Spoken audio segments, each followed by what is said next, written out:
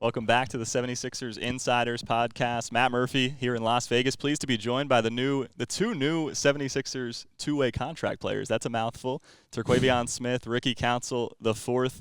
How fun is this environment? You guys were in Salt Lake City, and then you come to Vegas, and it's all 30 teams. It's kind of got like an AAU feel to it. I'm sure you know all of the other players on other teams. So how much fun has this been so far? We're recording this kind of in the early stages of it, so whoever wants to jump in first, how much fun has it been?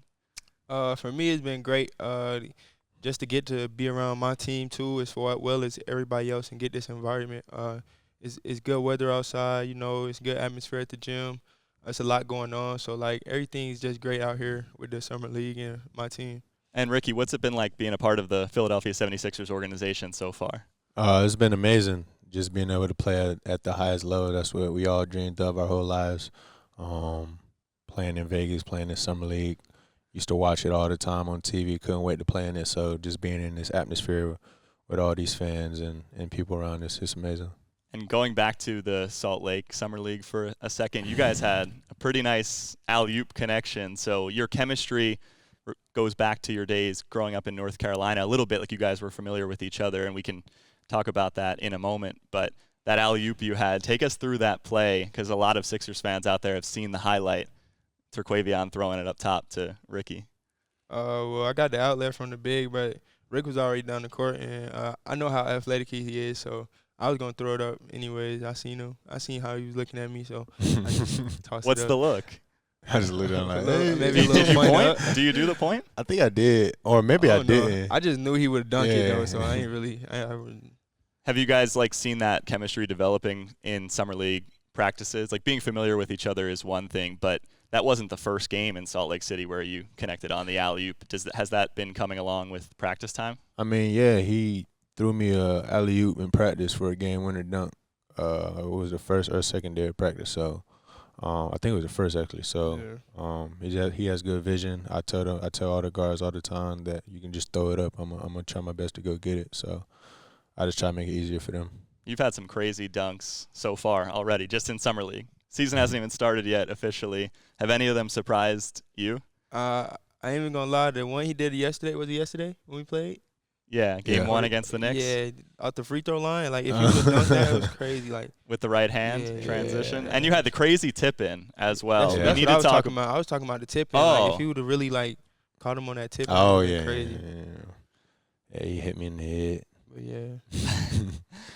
What has it been like for both you guys working with this coaching staff so far, with Nick Nurse being the head coach for the start of Summer League and then Rico Hines taking over, throw names like Bobby Jackson and Kobe Carl into the mix? How have these coaches been? I feel like they've been good. Having Coach Nurse, coach us in Salt Lake was good. I respect him a lot for just wanting to be around and get the feel for the new guys and stuff like that. So that meant a lot to me. And just the other guys too, they're very competitive, as you can see. They want what's best. They want people to work hard and win games. So I feel like all the energy from the staff is good. Yeah, what's Rico been like? He's been great. He was actually my coach in the NBA Combine, so I already had a little taste of him. We went 2-0 down there. I know he's a dog. He wants dogs out on the court. He wants you to pick up full court, get steals, get out in transition. So that's kind of the same type of energy he brings now. He just wants us to play hard and leave our best foot on the floor. What was the combine like? It was great. Like I said, we went 2-0. Yeah, he was subbing 5 in, 5 out. Whoever's a dog out there, he was going to leave him in there. And I was playing really good defense in the combine, so that's how I found my minutes on the floor. We're going to get to those North Carolina ties between you two, but as a whole, what's something that you appreciate about each other's games? Just that it's energy for me. Rick bring good energy. He's good in the open floor. He defend. It's just overall, he's a complete player. So it's not really much that you can't agree with to want to play with on your side. So. Yeah, I'll say his energy too. He always bouncing around on defense, offense, just ready to score the ball when it's presented to him, and on defense, very active with his hands and feet. Really good shooter, so that's always nice to have. I know when I pass to him, it's a good percentage that I get to assist. And there's a Charlotte guy on the team in Jaden Springer, and we talked to him after the win over the Knicks, and about you guys. And he said the other thing is your approach to the game, your competitive nature. The three of you have that in common. So what have you seen from Jaden so far, and what's it been like being his teammate? I can tell. You can really tell that he has been around the pro game and in the league a little bit, just because he's real comfortable. Like he's not never really rushed. And he plays to his strengths most of the time. So and he's very competitive, like he said. So he want to win. I feel like this is a common question, but when you're entering the NBA, what's something that you're working on? For me, probably getting stronger and just being able to defend, bigger positions. And you, Ricky? I'll just say my 3-point shot. Are there any sort of mantras or sayings? This is something that Nick Nurse has done in his coaching career that the group has adopted so far, like when you're in huddles or whatever. Or is it just more of a general approach as a team coming together so far? Is there any messaging that's been kind of a thread throughout the summer league, the early days of the summer league process? I wouldn't say that we have a saying just yet, but I just know Coach always tell us, just be ready when the game start. Even before the game, good prep, just always be ready. Because, one game we had in Utah, we came out kind of flat, it was kind of like we weren't ready. So, ever since then, he just been preaching us to be ready and let's be the aggressor. Tying this back to the Sixers organization, they've got the reigning MVP heading into this season in Joel Embiid. So, what have you seen watching Joel Embiid? What excites you about being on his team now? Watching him from afar and now being his teammate? Yeah, I would say not even knowing I was going to be a 76er, I was watching him real closely throughout the playoffs, just watching the two-man game of him and James Harden, how they were just breaking down defenses. And I was just telling people, there's no way they shouldn't win because nobody can guard that. So just having the opportunity to play with that type of player, obviously reigning MVP. So, yeah, I'm just excited to even have the opportunity to be on the court with him. Terquavion, Ricky has talked about you guys going through. We're getting to the North Carolina part here. I teased it. We're here. You guys grew up 30 minutes apart. Ricky has said that you guys both played for Team CP3 at the AAU level, but you were a year apart on those teams, so you were never teammates for that. But what was that program all about in your experience there? It was a good program. They put you on the right platform to be successful and at the highest level at that time at our age group. So the program was great. It was great travel. Everything was smooth, and everybody around you was typically from North Carolina. So it was you kind of was familiar with all the faces and all the people. So it was good. Yeah, I know Chris Paul's program has sent a lot of guys to the NBA. Who were some of your teammates, and who are some guys that are in the league that also played there? Well, my teammates are still in college. Yeah.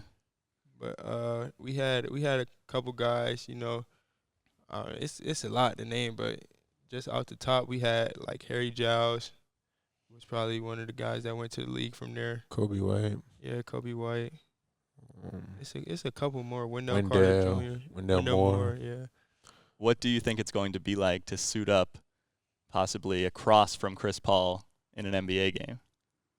I feel like it'll be good. I feel like he's going to try to for me personally, I feel like he's going to try to little boy me or something, but I don't think it's going to go like that because I'm just too much of a competitor. I can't go out like that. So, how many interactions have you guys had with him playing for his team? A lot. He does camps and everything, so I've got to actually interact with him a lot. I had him on my bench one time at PGM, so that was good. That's awesome. How long ago did you both think that making it to the NBA was a real possibility for you? I always figured if I wasn't going to go, I figured I wasn't going to go my freshman year, but I knew if I wasn't going my sophomore year, then my junior year for sure. And in the high school level, your high school teams, Terquavion, 3 state championships? Yeah. So was it in your mind even then that you could? I forgot we played, y'all. Yeah, you guys played in high school? It was a summer. It was a summer game. Yeah. So was that your Farmville team? Yeah. Not your freshman year, but every other year you won the state title? Yeah. You were on the varsity as a freshman, I'm assuming? Yeah, I was. We came up short 2 games away. Well, 1 game away from the states, and we lost. You got all the awards after that your senior year, a couple years later. How good was that team that you were on? It was good. We had the same pieces, you know. Like our age wasn't too far apart where guys were leaving, so we all kind of got to grow up together and just learn each other techniques and how we move, even off the court. That plays a big part too. But everybody had a connection for like 4 years and straight, so it was hard to not lose any games. Ricky, Terquavion's been calling you Rick sometimes. A lot of people have seen that you're Ricky the Fourth and that you have two brothers, Ricky the Second and Ricky the Third. So did you guys go by nicknames growing up? Is there anything else that you're called? Yeah, everybody at the house calls me Fourth. Just Four. Four? And then some people call me C4 now. Oh, that's your Instagram. Yeah, Council 4. Nice. And your brothers and your sister, college basketball players. So how has it been to share this start of your NBA experience with your family? I still think they're kind of still in shock. Like, just being at dinner with them the other day, they were just like, yeah, that's crazy. Like, you really did what we all tried to do. Like I said, everybody in my family, I'm the youngest. We all played basketball. That was all the goal, to play pro, be in the NBA, WNBA for my sister. And I was the only one that could do it. So I feel like they're still in shock. Yeah, they're just all just proud of me. You're nodding your head. You can relate to what he's talking about? Yeah, especially like with the family being in shock part. Yeah, everybody just like so. It's like a surreal moment, you know. So, as college players, you stayed in state to play at NC State, Ricky, Wichita State, and then Arkansas. Some big-time March Madness moments for you guys last season. And your team Arkansas knocked out the number 1 seeded Kansas Jayhawks, and then you played the eventual national champions, UConn. How was the NCAA tournament experience? Yeah, it was amazing, starting from going all the way back to the selection Sunday, just seeing which team we were going to play and which number 1 seed section we were going to be in, if it was going to be Purdue, Kansas, Houston, or forgot the other team. And when we saw we was in the section with Kansas, we was like, yeah, we like this. So I was to play Illinois first. That was a really good game, really good team. 2 different play styles is crazy. That's the one thing about NCAA tournament. All these different conferences literally have different play styles, and you wouldn't think that because it's just like basketball, but they really do. And then going on to play Kansas in the second round, we were all juiced up and ready to play. Left it on the floor, and then UConn was just a really good team. In that game, by my count, in like the final 23 seconds, you had 6 free throw attempts, and when it was tied, and you made 5 of them. So how crazy was that to be at the line in the NCAA tournament against Kansas and have to make some clutch free throws?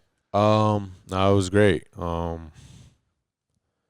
work on free throws all the time when I'm tired at the end of a workout, so I feel like that pays off.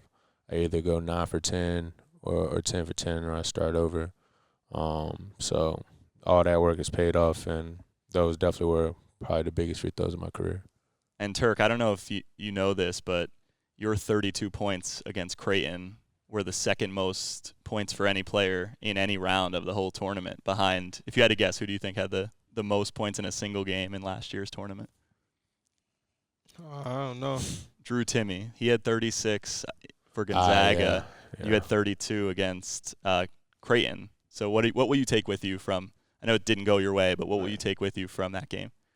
Just the experience. The atmosphere was crazy. That was my first tournament, so everything was good. We got some good gear, you know, and we got to travel for like extra days and just chill, you know, get a new city. Just the excitement around it is just great. So I kind of knew that I had to have a good performance. Like, I felt good going into it, so I kind of got the feel for it already. I feel like both of you are highlight reel type players. So in your college days, did you have any top SportsCenter top 10 plays, or saving it for the pros? I didn't have any. I think I had like 3 or 4. 3 or 4, casual. Yeah. What's something that you each want Sixers fans to know about you on the court, off the court, whatever it is? Like, what's something right now before the season even starts that you think that you'd like to get out there? I'm just a chill, real humble guy. If I wasn't 6'6" and look like an athlete, you probably wouldn't know I was in the NBA. What would you be doing if you weren't in the NBA? Don't ask me that. I really have no idea. but But yeah, on the humble, chill part, like just a normal guy, and I'm very approachable.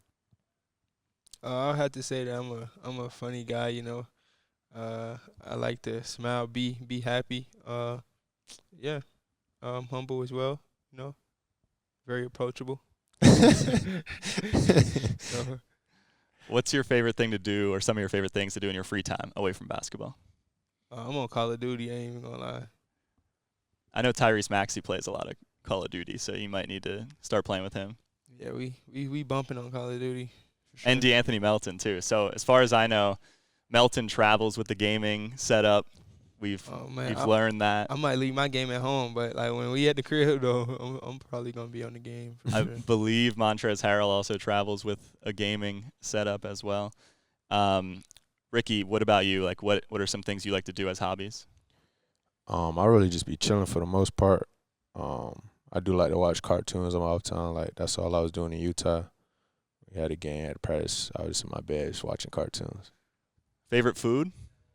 Steak and mashed potatoes. Like hibachi food and like tacos. Who's your dream dinner table? You could have doesn't have to be a certain number of people, but who would you want at it? I got a group of 4, including me. Myself, Michael Jordan, Rihanna, and Yeah. and my dad, just so he can get the experience. Eating steak and mashed potatoes? Yeah, I probably have that. I say me, Lil Baby, Michael Jordan, and the fourth one kind of crazy. Michael Shoot. Jordan was a quick one for both of you guys. Oh yeah, Beyonce. Makes sense. Beyonce. I love it. I think that's all I have for you guys. Other than, you've been posting about number 37. What's the deal? Not keeping that. Not keeping that. Don't let social media fool you. So why does everyone on the summer league team have such a high number? Is like a training camp, like football thing, where you get a different number? I think they just throw it out like that. He texted me. He texted me like a day or two after I told him after the draft, and he was like, I was like, yeah, you got 4? He's like, nah, I retired. 14. I was like, all right, you can just pick. So he was like. So what should we expect? A change for both of you? Oh yeah, one for of you? sure, for sure. I'm definitely not wearing 26. My number was 0 in college, but Reese got it, and I'm not even that tight to even ask for it because he put in more pain for the 6s than I have. So I'll probably just switch my number to like 2 or something, 1, something low, but Harder than 1. Oh well, 2 to 3. 2's retired. 2's Moses Malone. No, they said like 1 through 10 like retired. Well, 2 is not retired. It's Moses Malone. 2 retired. Yeah, it's Moses 1 Malone. through 10 10 is retired. That's what I'm saying. I'm about to get 10, 11. Jaden's 11. I see why people wearing 18. That's what I'm saying. Come on, I might as well keep 26. You can get any number though in the NBA though. Yeah, look at you guys couldn't wear what you're wearing right now in college. I mean, they're changing that new rule. Next year you can be more than a single digit. It's good, Bronny. I don't even want this, man. Yeah, Bronny's going to be 6 at USC. I don't even want 26 though. That's not even a good. All right, well, we'll work on it. We'll spend some time working on your jersey numbers. But thank you guys for your first appearance, giving us some time on the 76ers Insiders podcast. Good luck with the rest of Summer League. Some people will hear this in real time. Other people, it might already be approaching the regular season, and they'll be getting ready to watch you guys in a Sixers uniform in the regular season. So thank you guys. Appreciate you. Ricky Council IV and Terquavion Smith. Thanks for listening to 76ers Insiders.